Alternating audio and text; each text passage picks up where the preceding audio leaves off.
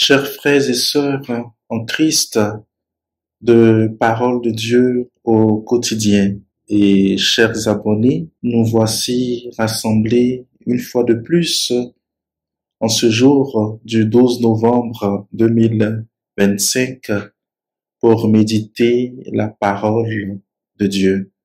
Et en ce jour, bien évidemment, nous faisons mémoire de Saint Josaphat, évêque et martyr.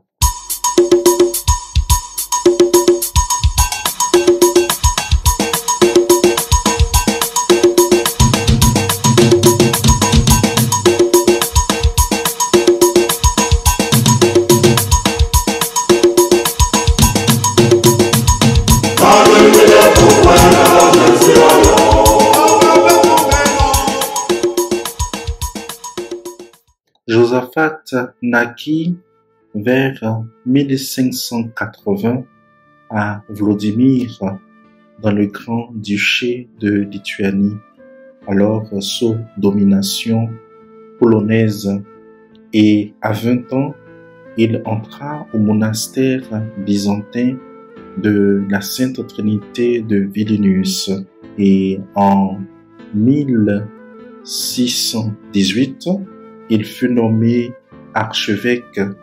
Josaphat avait un amour particulier pour les pauvres, mais incompris de ses contemporains, il fut, lors d'une visite pastorale, pris pour cible de manière violente et tué le 12 novembre 1623. Et le bienheureux Pie IX canonisa Saint Josaphat en 1867, faisant de lui le premier saint de l'Église gréco-catholique d'Ukraine. En cette mémoire de Saint Josaphat, l'Évangile selon Saint Luc que nous avons médité, frères et sœurs, abonnés de Parole de Dieu au quotidien, attire notre attention sur la nécessité de rendre grâce, la reconnaissance.